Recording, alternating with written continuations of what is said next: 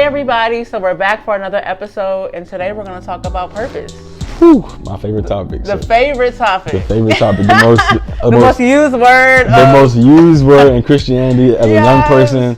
Purpose. It's just purpose. like What's my purpose? It looks so. It sounds so fancy, so sexy, but it's so gritty. And for some, it could be very scary. Like, yes. Oh my God, I don't know. And it's a word that I think sometimes is oversaturated. Mm-hmm. It's such a word that's like, hey, purpose. But in reality, it's like purpose is work day in, day out. Yeah. Day in, day out. Yeah. So how would you define purpose? Ooh, purpose to me. To you. To me is living out. Purpose to me is living out your God ordained assignment while you're here on earth. Yeah. That's what purpose is to me. How about yourself? For me, it's the same. It's like, what am I here for? Like, what does God want me to do? It's literally the same thing. Like, what can I add? Where can I add value into like what God's already doing? So yeah, that's what it is. Yeah, I mean, and I think first, like one of the things that I do want to talk about is just like the sacrifice and cost. Mm-hmm. I think a lot of times, like I said before, purpose is so glamorized. Like, hey, follow your purpose, chase your purpose, go after your purpose. Yeah.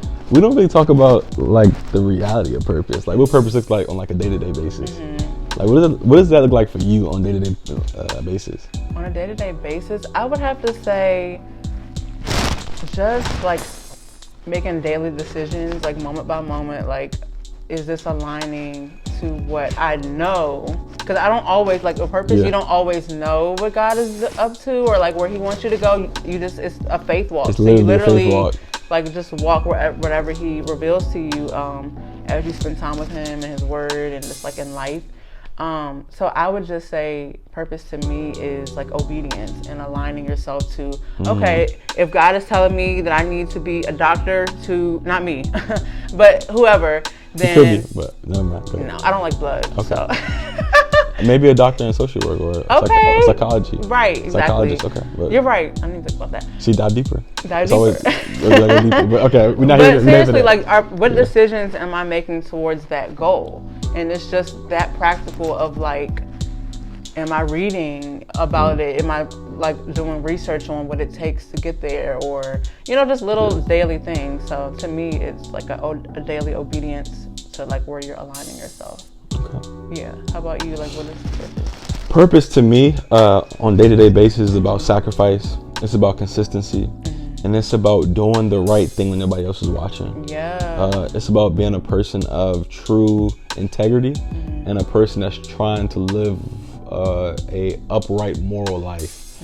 I think a lot of times, I think when it comes to your day-to-day life on purpose, like you need to be sacrificing to like be with your gift or trying to operate in your gift in some form of fashion, even if you can't do it full time.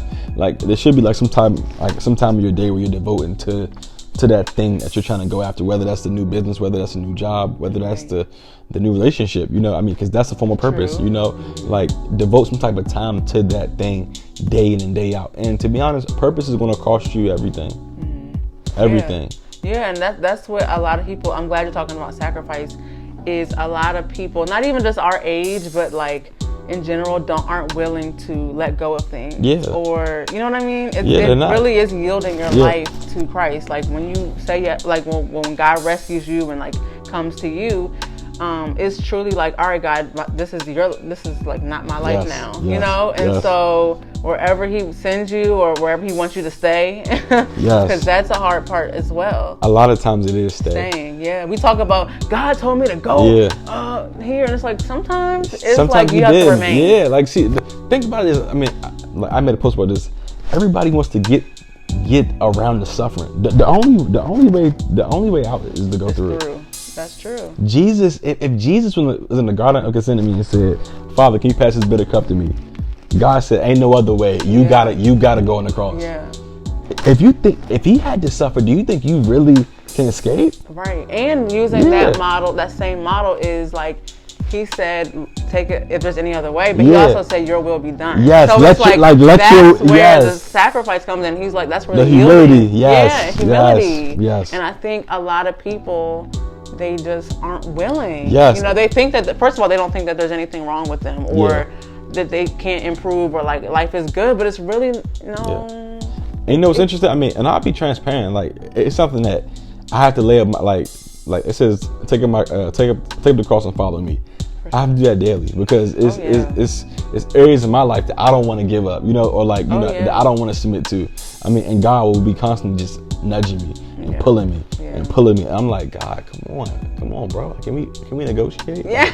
Like, do I really have to? Right. Do I have to like let it go? Yeah. And it's like God is saying yes. What's one thing that you're willing to share on camera, that you felt like he was asking you to, like, an area you were asking to trust him more in, or to let go? Well, I mean, one area that, you know, just sticks out on the top of my head is probably like in my area of like relationships. You know, I felt like I was just, you know, trying to, you know, force certain things that probably just weren't in his will, and it may not be in his will. I mean, it may not have just been in the right timing, but it was a lot of things that I was trying to force that, you know, that God was saying, no, stop. You know, like stop, like literally stop. And like, and situations just kept happening where I just kept getting like pulled in this stuff, and I was like, yo, like God's trying to tell me that this is not what you should be doing. So that's really it. Relationships for me as well. Okay. I mean, that's an area, it's probably for a lot of people, where it's just like, you know, you try to do it your way. It doesn't work. It never does. Over and over. And just letting God be God, truly. And I think, I speak for myself, I can get impatient, or I think I know what's best, but I don't know why I think that. But it's just in my actions, it'll come out. Yes. And so just trusting God in the area of relationships, trusting God, and letting him, and career-wise. Me too. Like location-wise, I talked about it. Like, I tried to go to California for years, and it's just like, sis, like, it's not aligning here for you. God has, once you here, he's planting you here for a reason. So it may not be forever. Go. It may not be forever, and I'm okay with that. It'll be for a season. Yeah, but don't fight them. Like, and when I obeyed and like didn't try to make it happen, because some people say, no, you got to push through the door. You know, sometimes yes, but sometimes no. You have to yield. You know, to what God. Like one thing that I've been realizing is that when something is truly God, one, God is not the author of confusion. Yeah. So there won't be like a lot of like conflicting things going on. Like most times there will be some pushback, but most times things that are God ordained or God given are gonna pretty much flow. They fall and they flow smooth. Yes. They flow smooth. Now that doesn't mean once you get that thing it's gonna be peaches and cream. But to get to that thing, most times it just happens. Yeah. You know, it just. And he does that in a way where it's like you only can say it was God, because there's literally no other way. It's like doors. People hit you up. People contact you. It could be about anything. You're like, how did you know to contact me? And you can't explain that but Jesus. Yeah. Even with like I shared my weight loss story or whatever. Like even with that, people kept asking me, and I'm just like, I really just could say it was God. Like, I mean, I did the work. Don't get me wrong. I did the practical thing. But he met you where you are. But he where did. You were. And the Holy Spirit gave me that motivation to like get up, to like do 2-a-days, like stuff that I would not want to do on my own. You know. And you just was working. And I was just working. So. And now look at you. Now look at me. You know? Good. Still a work in progress. Yeah. But we taking strides daily. Exactly. Yes. Exactly. So, like what happened, like your road to salvation, like what made you want to like obey, like what made you want to like yield your life, because usually there's something that happens in someone's life where they're like, man, God, I'm your, like you got me, you know.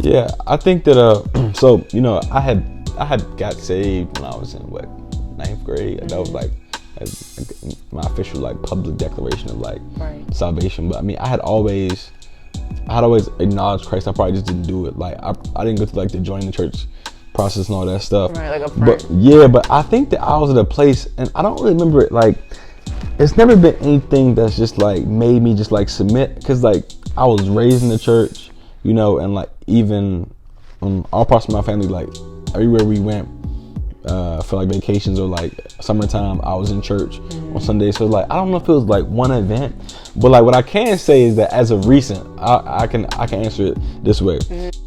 In 2017, I graduated from A&T, and I had this nagging feeling inside of me that I was just meant for more.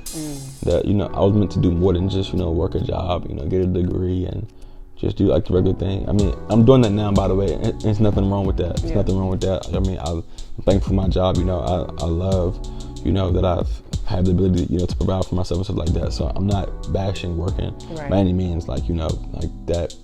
That's great. But, I always had a sense that I was called to do more. And just, God began to speak to me through other people, through just dreams, through occurrences, where I just knew, I'm like, wow, man, you're just not meant to just, exist. Yeah. You're meant to live. Yeah. And live for Christ daily, and be a conduit and be a vessel for the kingdom.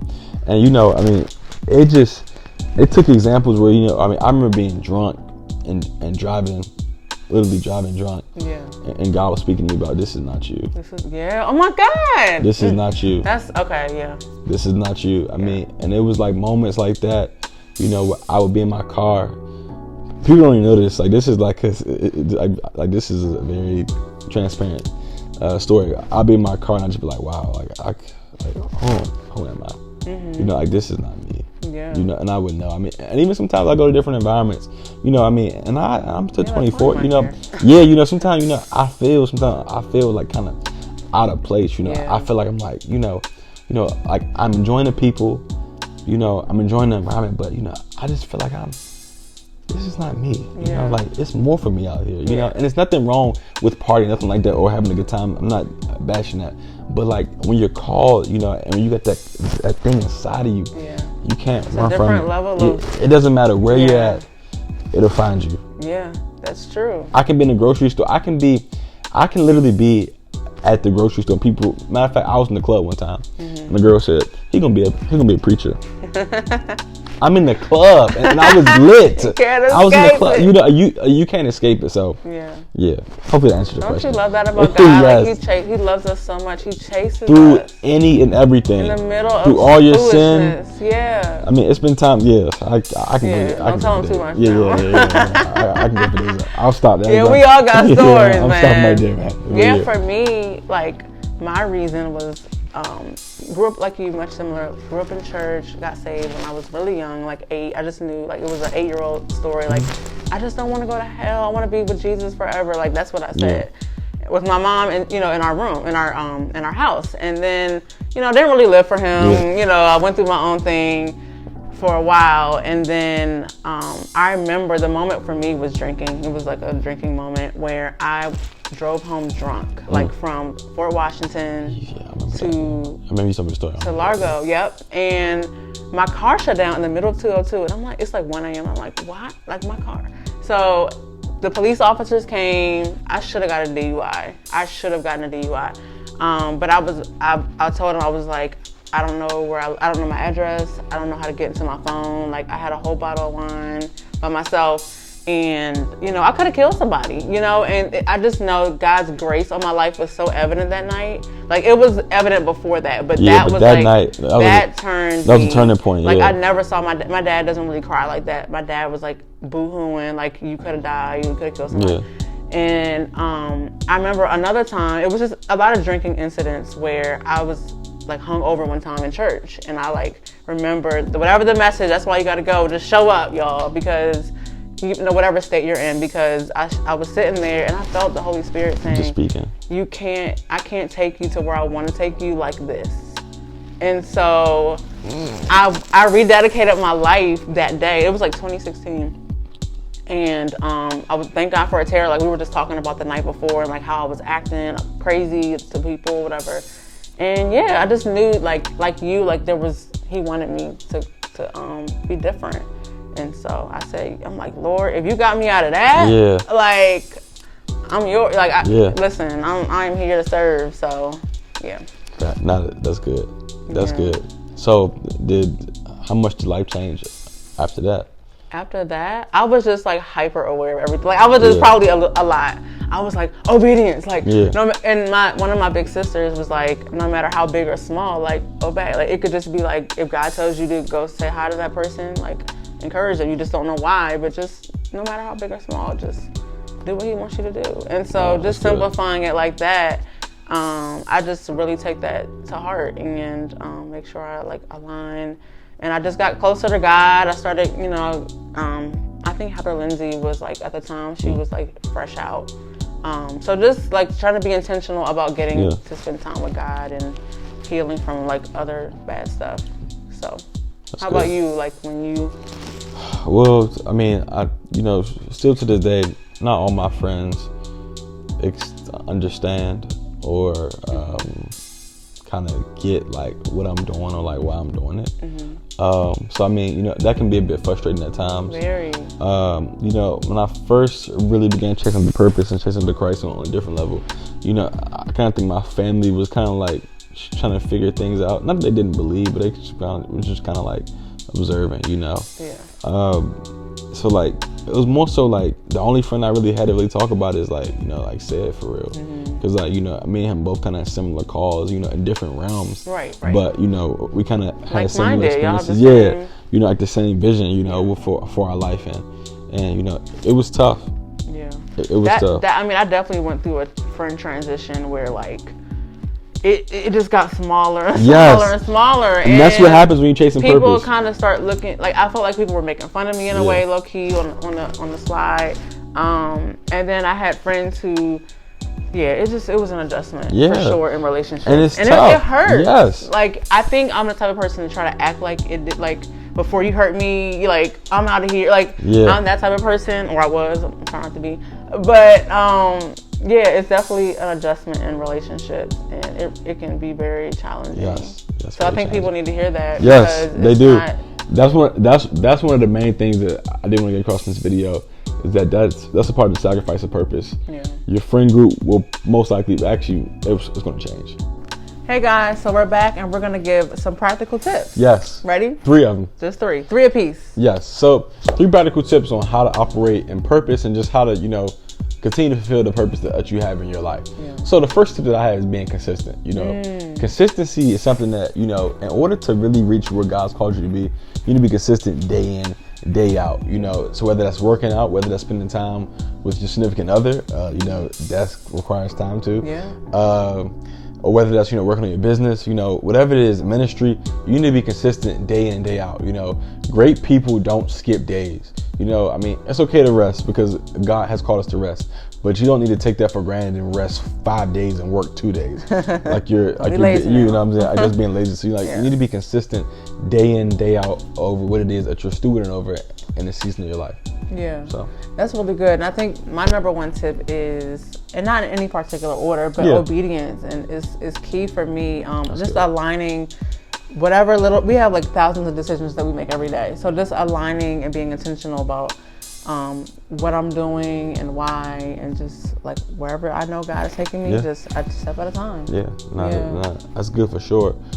Second reason is a perspective shift. That's my favorite word. You don't need to really have a mindset of, this is a burden, this is something that that even though sometimes the days are hard. Yes, they are hard. But you need to be like, you need to be acting as if you're working in front of the Lord. I really student over. And this is something that, in all transparency, God's still working with me on, because some days I'm like, I don't like my job. I want to just do something else. But God hasn't called me to greater yet. So while I'm there, I need to honor over what I am. Over what I have. So are you a steward? Or are you somebody who just goes through life just trying to skip the process? You can't get the process on discount. There's no discounts for purpose. Yeah. You can't get it buy one, get one free. Purpose is 100%. You pay the full price. So, I like that, because just changing your perspective to like being dreadful to I get to do this today, or what do I get to learn while I'm here in this season? How can I serve? Yeah. Exactly. And people don't like say that word a lot, but so my number 2 would be or submission. Submission. That's a different topic, right? Okay, so number 2 for me is be a student at whatever like God is putting in front of you, like whatever your passion is. Like if you're into film, like for me right now, I'm really studying documentaries and like reading more and like on YouTube and on whatever realm of film that I can take in. That's what I'm studying and trying to be a student of. So I just encourage you to do that, to just allot your time to learn more and to speak to other people who have like been where you are trying to get to. That's good. That's good. And my final tip would be to limit your distractions / don't expect a cosigner. You can't expect somebody to co-sign on what God's called you to do.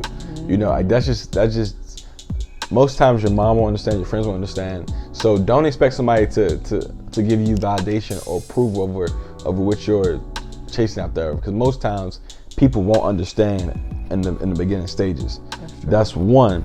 Now also with that, limit your distractions. You know, there's seasons in your life where God's going to call you to just spend time with Him. That means on weekends, you like Brianna said, you need to be studying whatever your craft is, whether it's preaching, whether it's documentaries, whether it's, sports, whatever your craft is. There's going to be a season where God's going to call you away from everybody to lock in with Him. So, I may call you to fast from social media, but limit the distractions, because when you limit your distractions, God's able to speak to you.